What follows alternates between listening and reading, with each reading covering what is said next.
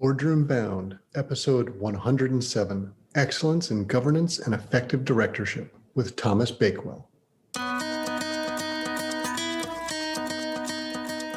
That's the magic of having a great organization is how do you build a board? You ask what about boards in the future? You ask about what's changing, what's the biggest challenge? Hello and welcome to this episode of Boardroom Bound. My name is Alexander Lowry, and this is the podcast dedicated to intentional leadership in the boardroom.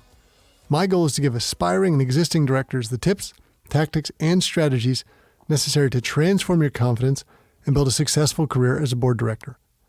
Quick reminder, you can get all of today's show notes at podcast.gordon.edu. And in today's episode, we're speaking with Tom Bakewell. Tom is someone who's written a fantastic book that you're all going to want to pick up called Claiming Your Place at the Boardroom Table that really serves as an on-ramp to the boardroom and the right educational tools.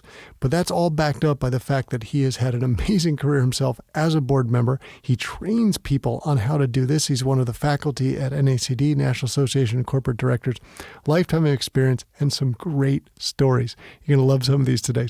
Let's jump into the show.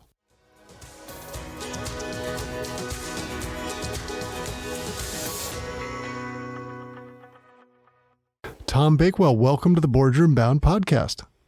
Hello, Alexander. It's a privilege to be here, and I'm looking forward to spending some time with you and your audience today. Well, we're delighted to have you today. I've got a copy of your book here next to me, which is great reading, really good fun, whether you are an aspiring member or maybe a new member of a board. So much good educational knowledge here. And I think that was my original thought, was we were talking about the book, but there's so much more in your background experience. You clearly shared this knowledge on a regular basis, being part of the faculty at NACD, all the boards that you're working with, consulting with, even serving on yourself. But let's sort of set the scene for our audience. You started somewhere in your career and it took off, and now you are this expert in the board space and you pivoted into that. I'd love if you'd share with our audience a bit about that. Be happy to. And of course, the old saying, I'm an expert after 30 years of working and plowing the field. So I had a very fast start in healthcare. My first love and passion was the healthcare industry. I worked in a hospital and a clinic all through college and continued that into graduate school. And had a real affection for finance and the law. Didn't pursue the law right away, but pursued finance, and at a very young age became a top professional in one of the major accounting firms. Back then, I'm sure you remember, as will your audience, it was the Big Eight. Mm-hmm. Now it's the Big Four. And had a great fast track in public accounting and became CFO of a children's hospital in Memphis at a ripe old age of 24. And exactly. Who had no idea what I was doing, but had a great experience with it. And healthcare was a go-go field and hot and growing. And because of that good experience at a young age, I subsequently got hired to help put together what's become the nation's largest nonprofit healthcare system. Used to be called the Daughters of Charity, now it's called Ascension. And then they were about $5 billion in revenue, and today they're some $20+ billion in revenue. So I had the privilege of helping start the strategic thinking about how you create a large healthcare hospital system. And that system was formed. And because of that early experience, I had the privilege to be invited to sit on a number of boards. And I learned very quickly that I was truly passionate about governance. So that's how it started, and I can tell you about the first board experience or two if you'd like. Yeah, I would love that. So let's begin there. So you use the word invited to sit on a board, and I think that's a bit of a nebulous term to some people in the audience. How do you get a person who's invited? Like, did you know people? Were they at the country club where you were talking after a speech and they came up to you? Clearly, you'd had some phenomenal experience. If you're 24 years old and you're the CFO of an organization, right? You clearly had the right skill set, but you probably did a bunch of things to lead to the invitation. Tell us more about that and then what it was like for you on that board. Well, for me, one of my common themes in life has been to be a learner. And while I had this great job in the hospital business, I knew I wanted more education, so I considered perhaps a PhD in business or a law degree. And I decided to go to night law school, and that worked out very well. And as part of that experience, kept my executive job. clerked for a law firm on the side, kind of as we say today. It's pretty common today to have side hustles. Back then, it wasn't so common. But I worked it out with my employer. I was able to do that. And as often happens, the law firm was approached by a local public TV station looking for some free legal work, pro bono's the term, I'm sure you're familiar with. Mm-hmm. And they were looking for a review of their legal documents. Now, as I've learned today, a lot of times that's a cue or a red flag when an organization says we need our legal documents reviewed. About 1 out of 10 times they need their legal documents reviewed, but about 9 out of 10 times they need some organizational changes. Mm. And so I, being the low person in the organization, raised my hand and said I'd be happy to have this experience. Nobody who was busy with the billable hours wanted to handle that. And I had a lot of energy at the time and was a student and wanted to learn more. So I pursued this great opportunity with a public TV station, and what I thought was an organizational review of just legal documents turned out to be some very real organization issues that I was able to spot. So I was invited in to do this free work, and at just the right time and at just the right moment, I pointed out to the people that counted that, well, we can tweak these legal documents all we want, but you've got some real organizational issues here. And it turned out I was spot on, and the organization made some important changes, and they were grateful, and they invited me to sit on the board. So that's how the first one came about. I was assuming you were going to say that's where your consulting business was started. Maybe that's where the seeds were planted. But so that led to your first board role because they could see you were adding value to the organization, probably could see you were a good cultural fit, right? Which I would imagine is a big part of future board roles. So you're in the boardroom. It's your first role. Probably didn't really know what you were getting into, I'm guessing, at that point. So what did it look and feel like? You know, it turned out to be a beautiful experience and a pretty easy experience. And I want to come back to your comment about being a good cultural fit. In many ways, I would say yes, but in some ways it wasn't. I had grown up in the Midwest, and this was a very southern town where you had to really be connected. In fact, the funny part of the story is most of the partners in the law firm were a little chagrined and a little jealous that I got this fine opportunity when I was just sent out there to do some work. And I think one of the reasons I got invited in was I wasn't a good cultural fit. I basically fulfilled the role of a change agent. And they felt like they maybe needed somebody who was young and somebody who saw the world a little differently and frankly was a little tougher than the polite society that I'd entered into. So, but once the work was done, it was a wonderful, pleasant experience. I met a lot of people, had good relationships, and because I had even though I was doing night law school, I had the fine CFO job. I had the standing to make the job a good thing. And other than the initial work, it was a tremendous experience, a great way to enter into a lovely, society and wonderful group of people. So it was, I would almost say, too good to be true and an easy experience. Not the same with my second board experience. And so let's take us there. So you're on this first board role. You sound like you were bit by the governance bug, enjoying it, and probably thinking, this is something I'd like to do more of. What happened from there? Was it an invitation or something that you sought out? Well, I knew that the college that I'd been involved with, I'd always been passionate about that college, small liberal arts school in the Midwest. And going through some changes as higher ed was at the time, and as they often do over the generations. And I got involved in the Alumni Association. And this was interesting because it was a town that was 5 hours away, so I was having to commute to be involved. But I became very active in the Alumni Association and ended up on what they would call a board of overseers or an advisory board, and did several years of hard work, and I got elevated to be chairman of that board at a moment in time when there were some real challenges going on. And because of being on the chair of the advisory board or the alumni board, I, by that position, also held and was awarded a position on the board of directors, the official statutory board of directors. And I just happened to be at the right time, at the right place. The school was going through some real challenges, and I very quickly was offered the role of being chairman of the finance committee for that organization. And that's when the fun started. I was quite full of myself. Wow, here I am. By then I'd had a law degree, and I'm the bright young executive with a JD, MBA, CPA. The firm that I'd worked for in the accounting world was doing their audit, and I go in to be the CFO, and I get a call within a week. Excuse me, not CFO, but chairman of the finance committee. I get a call within a week from the CFO that says, we can't meet payroll this week. And I said, what? That can't be right. Not a good phone call. Yeah, no, I've seen your books, man. That could be right. All that money you got in the endowment, and I won't bore you and your audience with the old accounting trick of do froms and do tos, but the cupboard was bare. And then within a week after that, in comes the audit firm with what's called a going concern opinion. And nobody in the accounting world ever wants to see one of those. It's basically an opinion that says we're not sure this business can continue to operate. So that's when my real learning and experience as a board member kicked in.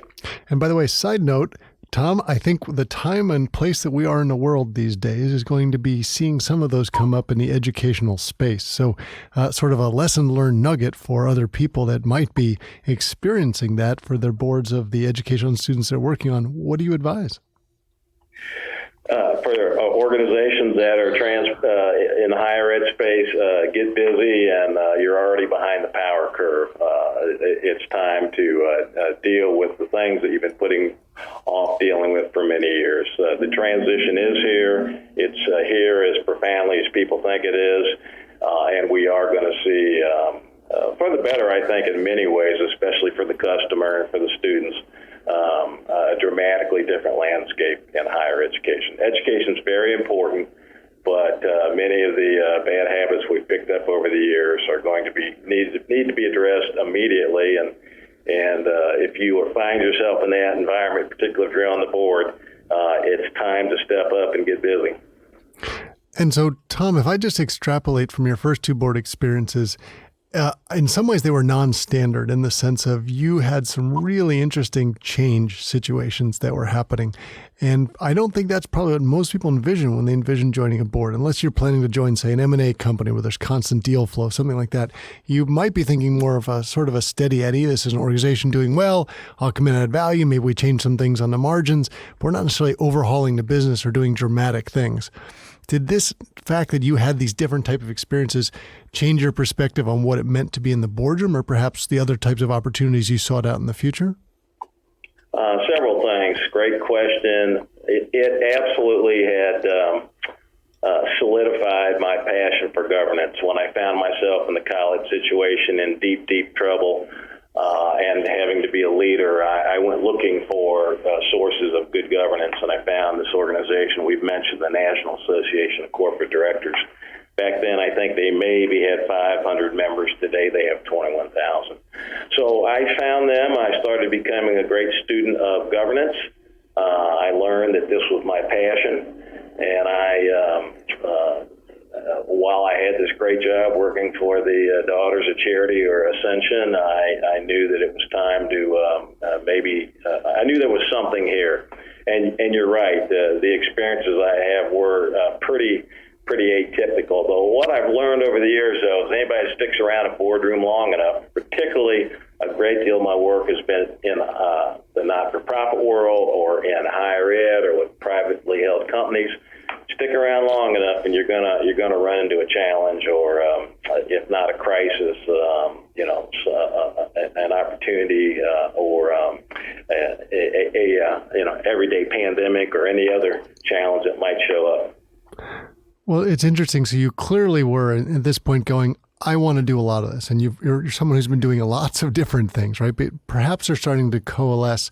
And at some point along the way, you probably went, I'm going to specialize in this sort of stuff. Now, clearly you're advising more than just boards, your CEOs, management teams, but a lot of the people up at the top of the shop, how they're going about their business and what they're doing.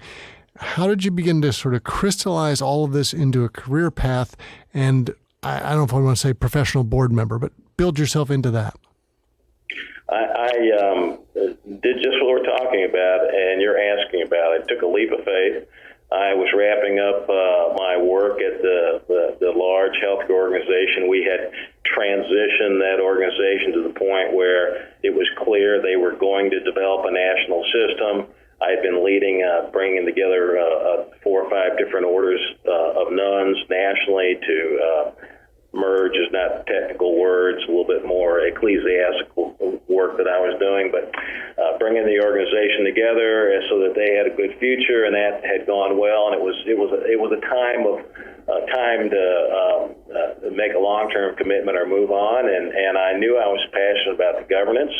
Wasn't sure I could make a living at it, but I took a leap of faith. I hung out my shingle to do consulting. And I also figured I'd always had a very deep interest in wills and trusts and estates. And I thought I could hang out my shingle as a lawyer as well, and I could always do the wills and trusts and estates.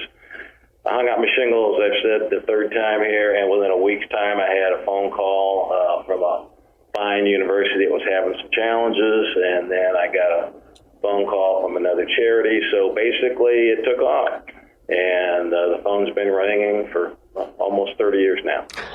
Well, that's wonderful. Yeah. And at some point along the way, we talked about the professionalization here, you became not just a doer, but a trainer, right? So you're now one of the faculty at NACD, National Association of Corporate Directors. We've had several episodes around them and talking about the great work they do, Aaron Ossenmacher, Peter Gleason. Tell us what it's like from your perspective where you are going around the country. Well, maybe not as much traveling these days, might be more virtual, but there are events, there's trainings, there's stuff that you're doing. I was honored to be part of the summit last time they had that big event and be one of the speakers, which was fantastic. Share what it's actually like behind the scenes, helping prepare the next generation to be great board people.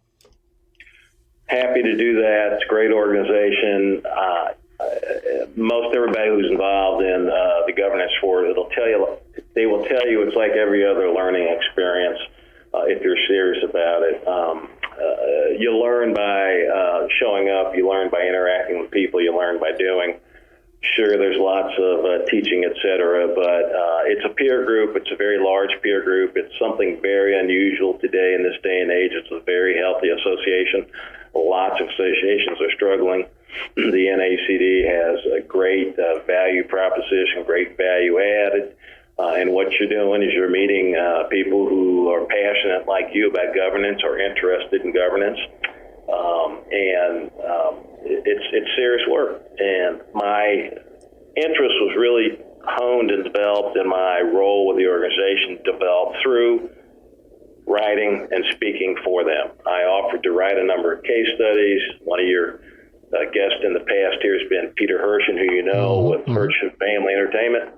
And I, many years ago, did a case study on them and used them as good teaching opportunities and good teaching experiences. And that role just simply, it grew. I got to be an ambassador at times. I got to be a consultant. I've had my own consulting practice, but it's always great to work for the NACD. They have extremely blue chip clients and top people to work with, and you're always working with other people who are either in a boardroom or related to a boardroom and passionate about a boardroom.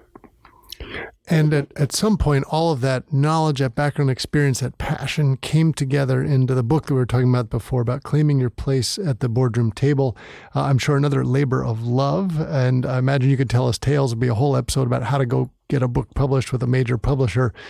Give us some insights into what's in the book. Now, you've very kindly and generously offered that we will be able to make the first chapter available to all our listeners. We will happily do that. I personally would just sort of summarize the book up, and you think, like, what a great training manual that this is, a sort of director orientation as well as education tool. But what's your perspective on it? How would you share about with us? Well, that's exactly what I tried to do. I actually had the book fall into my lap. Somebody who was very well known in the governance field at the end of their life decided to write everything they knew about good governance, and they took a good run at it and handed it off to me to finish up for them, and I was happy to handle that and do that, and it was privileged to have the strong connections I did at the NACD. The NACD are the people who actually approached me about making a legacy for this person that they had been involved with, had once upon a time been the CEO on an interim basis of the NACD. I took his initial work and thought it was going to be, as anybody does who writes a book, won't be much of a challenge. And 70,000 words later, I had put together what I hoped would be a handbook of good governance. Now, I assure you, I could point you to, and you could find some more academic-oriented books. You could find some more specific focused books, perhaps on finance or M&A or bank M&A. But if you're looking for a good overall book on governance in general, whether you're an experienced director or somebody starting right out, this book kind of hits all the marks.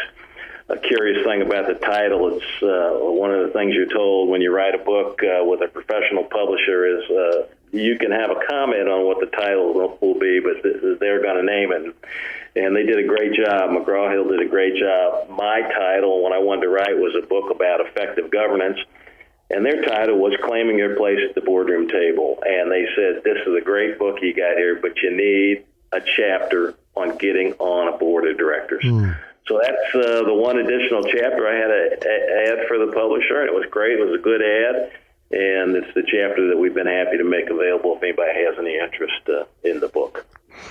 Well, and you don't just have to take my word or your word that it's a good book. Amazon put it number one in governance. So I think that there's some good qualifications out there showing that. And you live this out on a regular basis, for example, right? So you're running the audit and compensation committees for one of the nation's largest family-owned banks. So in some ways, you're practicing what you wrote down here, what you preach every single day.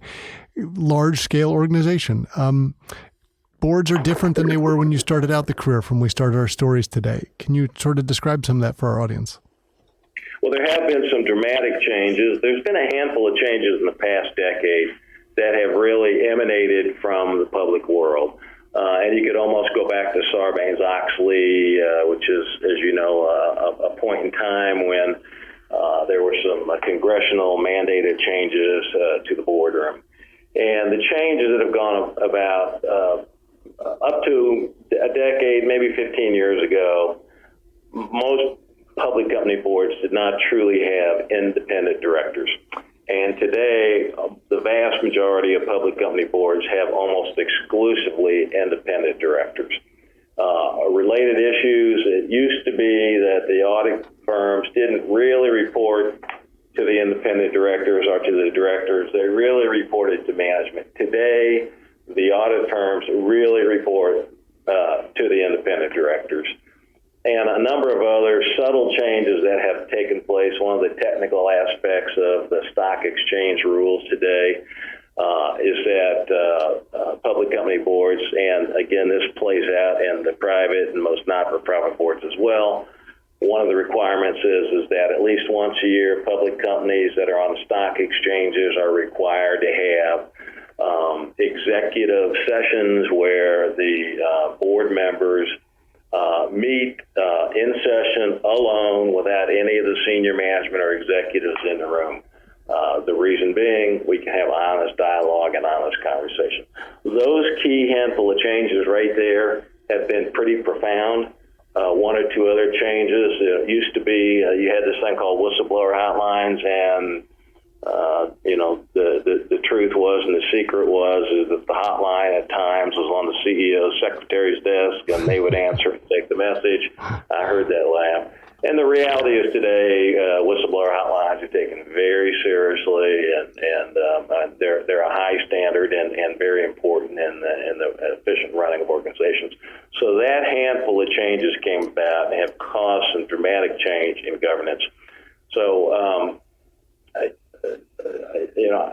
I've always said governance, and I say it about strategy too. Governance and strategy both are as serious as a heart attack if you do it right. It's kind of like the old captain of the ship expression. You don't need a captain of the ship when the weather's fine. It's when the weather's rocky. But back to our earlier conversation, just give it enough time and the weather's going to turn rocky sooner or later.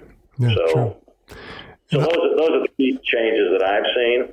And I would add the whistleblower stuff. When you're thinking about being an independent board member and how do you get the right information, that is a gold mine of potential data for what's in there, what is and is not in there. It really can tell you so much. And that is an unfiltered set of information that can be very hard to get otherwise. So I think that's a wonderful tool you have. And another big change that perhaps you can comment on, I would think that is moving from, if you were a sitting CEO or CFO, you might have been on multiple other companies' boards, large public companies potentially.